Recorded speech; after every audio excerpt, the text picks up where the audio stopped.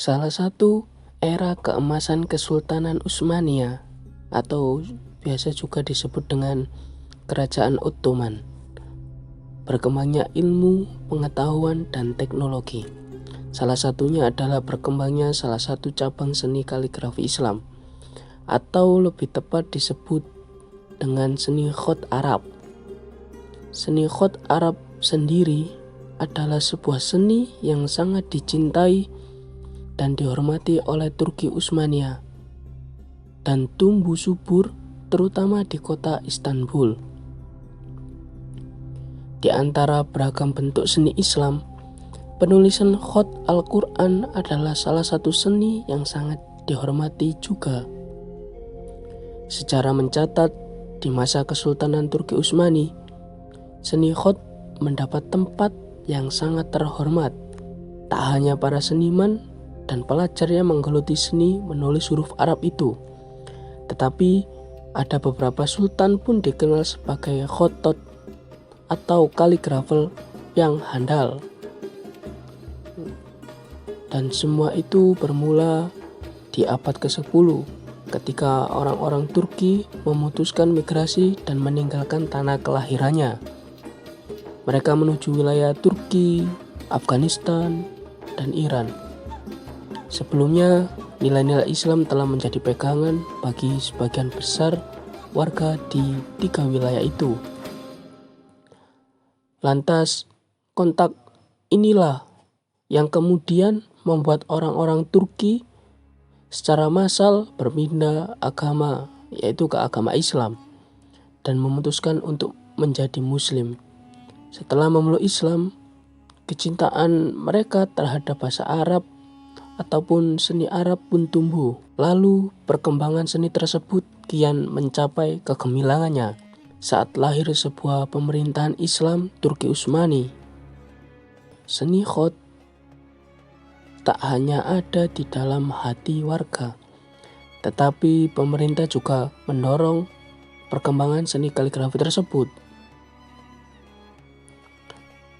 Saat berkuasa, Sultan Mehmed sang penakluk memberikan perhatian besar pada seni murni secara umum, dan seni khat pada khususnya ini terlihat dengan banyaknya koleksi tulisan khat yang ditulis oleh penulis khat jenius yaitu Syekh Hamdullah.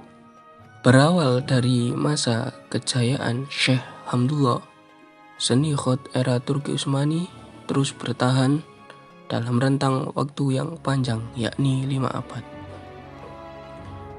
Lalu seni khat Turki Utsmani mencapai titik keemasannya pada abad ke-19 dan 20.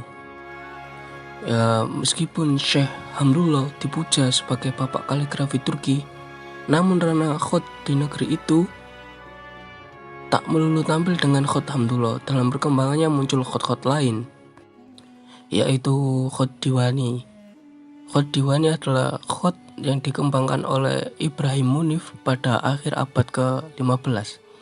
Khat ini didominasi oleh garis-garis melengkung dan bersusun.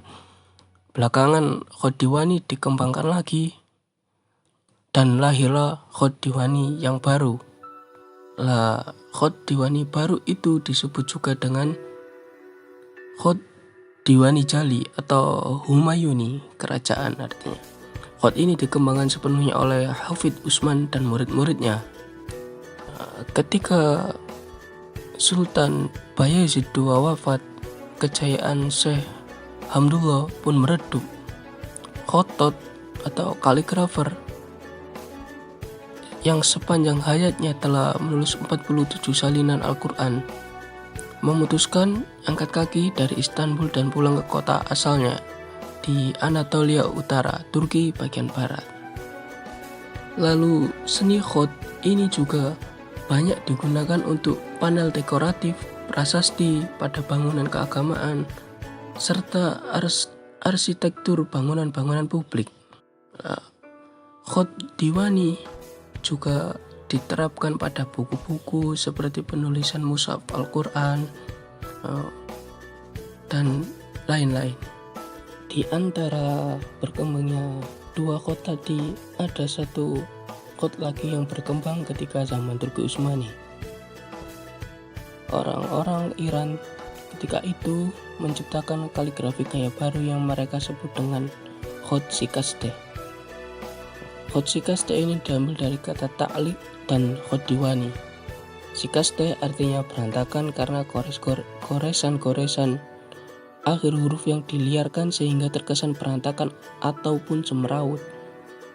Nah, khot ini digunakan hanya di wilayah Persia dan tidak menyebar ke segenap pelosok wilayah Arab Islam seperti gaya-gaya khot yang lain. Hal itu disebabkan karena khot shikaste sulit dibaca sehingga tidak bisa menyebar ke pelosok-pelosok wilayah Arab.